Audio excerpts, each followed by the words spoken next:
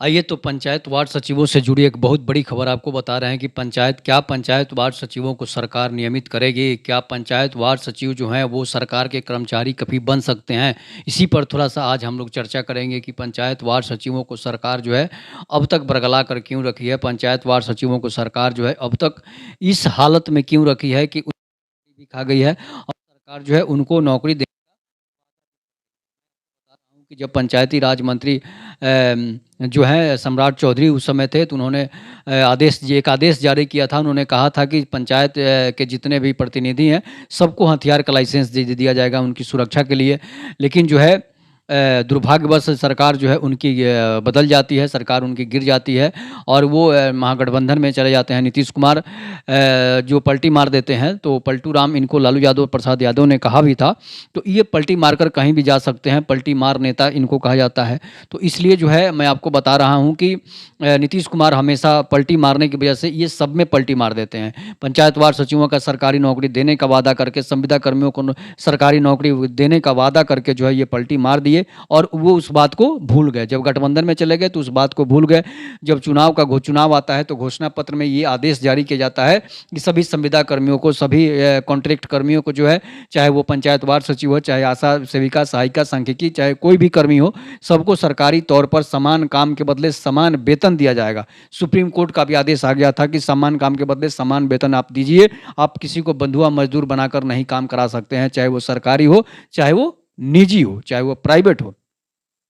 यहाँ तक कि अब प्राइवेट में भी आरक्षण की मांग हो रही है। तो फिर सरकार जो है ऐसे लोगों को बरगला कर क्यों रख रही है? सरकार जो है बेरोजगारों को बरगला कर क्यों रख रही है? आखिर सरकार करना क्या चाहती है कि बेरोजगारों को हमेशा बरगला कर रखती है और बेरोजगारों से काम तो लेती है, लेकिन उनको बंधुआ मजदूर से भी खराब अगर स्थिति है किसी की, तो वो उसमें जो है संविदा कर्मियों की स्थिति है। ये बात आप मान के चलिए कि बंधुआ मजदूरों से भी खतरनाक स्थिति जो है, खराब स्थिति जो है, वो संविदा कर्मियों की है, वार्ड सचिवों की है। जिस तरह केजीएफ में लोग काम कर रहे थे कि काम उसी में करना है, तुमको मरना भी उसी में है। जो एक बार कोलार गोल्ड माइंस में चला गया, कोलार गोल्ड फील्ड्स में चला गया, वो दोबारा वापस नहीं आता था। तो समझिए कि इस तरह जो है सरकार जो है यही चाहती है कि जो जब दोबारा नौकरी छोड़ दिए वो दोबारा नौकरी में नहीं आए।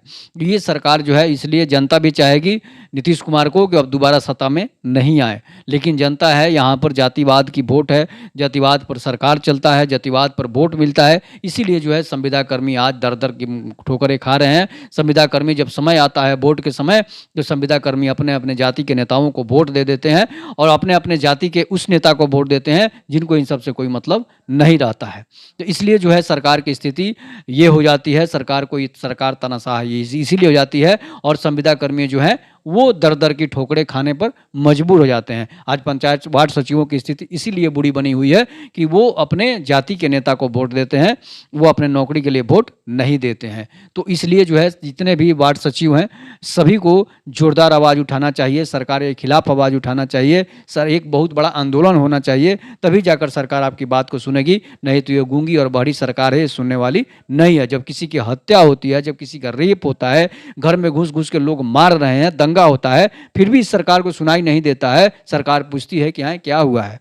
पत्रकार की हत्या हो जाती है, दरोगा की हत्या हो जाती है, फिर भी सरकार को इतनी बड़ी हो चुकी है वो नहीं सुनती है। तो फिर आप तो वार्ड सचिव हैं, आपको कौन सुनेगा? आप संविदा कर्मी हैं, कॉन्ट्रैक्ट कर्मी हैं, तो आपकी बात को कौन सुनेगा? जब नीतीश कुमार नहीं सुनते हैं तो फिर आपकी बात को सुनने वाला कौन हो सकता है?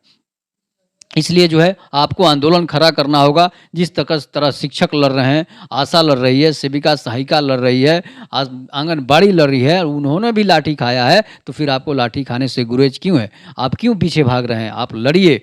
लड़ने अधिकार को छीनने पाने के लिए अधिकार नहीं मिलता है तो छीनना पड़ता है, चाहे वो लाठी के बदौलत हो, चाहे वो डंडे की बदौलत हो, चाहे लाठी खा कर ले, चाहे लाठी मार कर ले।